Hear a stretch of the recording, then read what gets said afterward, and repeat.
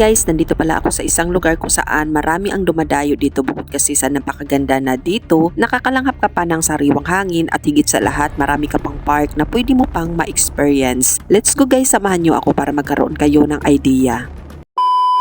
O di ba ang bilis ng transition kasing bilis ng jowang nang iwan sa'yo? Hala oy, charot lang guys. Nandito na pala kami sa Dagupan Public Market para dito na rin kami mag-almusal.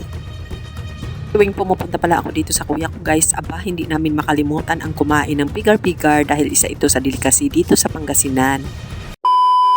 Bago pala kami umuwi ng Sukat Muntinlupa guys, napag-isipan muna namin na mag-ikot-ikot muna kami para naman sulit ang pagpunta namin dito.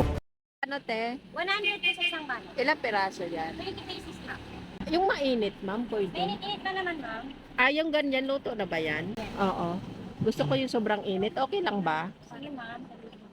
Fairness guys ha, masarap malaman at malasa ang tupik nila dito at ang pinakagusto ko yung mainit kasing init ang pagmamahal ng jowa sa'yo. Hala, oy, charot lang guys.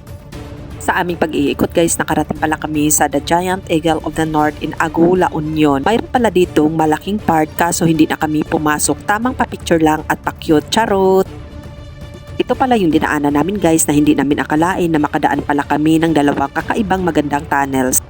Alam nyo ba guys, napakaganda ng tunnels, tahimik at payapa sa pakiramdam. Kakaiba pala to sa mga tunnels na nadaanan ko. Kung ikumpara natin sa bahay, ito ay native style. Sa tingin ko kasi, kung hindi ako nagkakamali, hindi siya gawa ng semento or bato, gawa ito sa pure na lupa. Correct me na lang guys kung mali ako. Nasa tuktok pala kami ng bundok ng Benguet guys, magkasunod lang pala ang dalawang tunnels na dinaanan namin. First time pala kaming nakadaan dito kaya naman manghang-mangha ako sa tunnels. Maaliwalas, tahimik at napakasarap pagmasdan. At ang kagandahan pala dito sa tunnels guys, safety na dito dahil nakatuwis na kahit nasa tuktok ng bundok. By the way guys, bumaba pala kami sa bundok at ito kaagad ang bumungad sa amin. Nandito pala kami ngayon sa La Trinidad Benguet ng Valley of Colors. Napakagandang pagmasdan, nakakaaliw sa mata. Napakaganda ng daan dito, nakakalanghap ka ng sariwang hangin at ramdam mo ang malamig na kapaligiran. Ito pala yung dinaanan namin guys para makarating kami sa Mines View Park.